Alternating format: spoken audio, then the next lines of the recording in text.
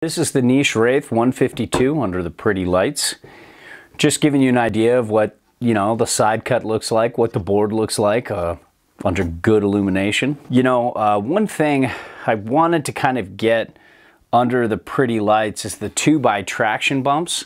It's kind of new this year, but it's very mellow and very hard to pick up even under the pretty lights. But if you look carefully, you can kind of see just a little bit of that disruption, but it's a very, very mellow disruption. I can barely see it just looking at this guy, up close and in person.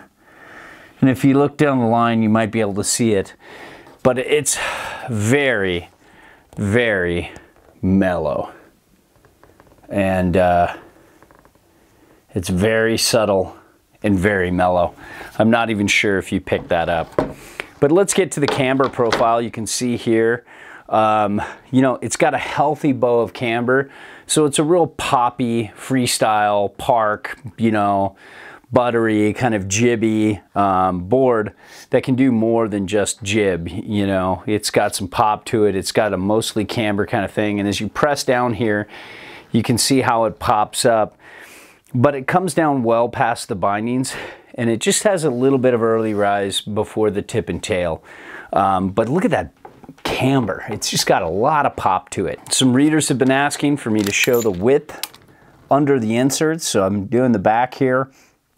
It's just to about 26.8 and about probably 26.2.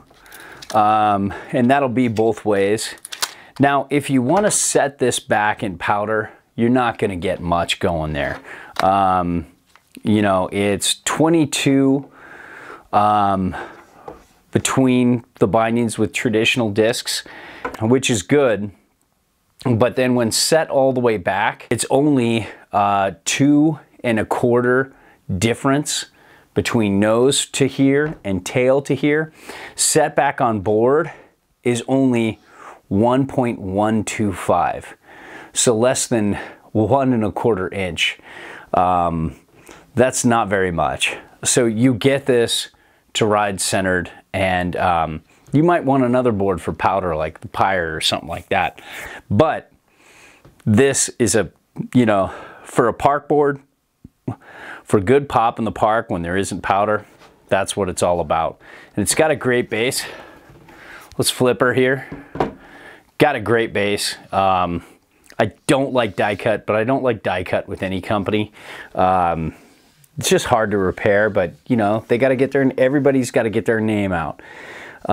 So that's why they do it. But you can see in some areas, like a lot of these demo boards that I have, production models might be different. But these demo boards I have are kind of raised over the die cut. So something to maybe question, but on snow it didn't feel that bad, and this base had good glide. But all in all, we had a good time on the Wraith here, and felt like it's a very good poppy freestyle board.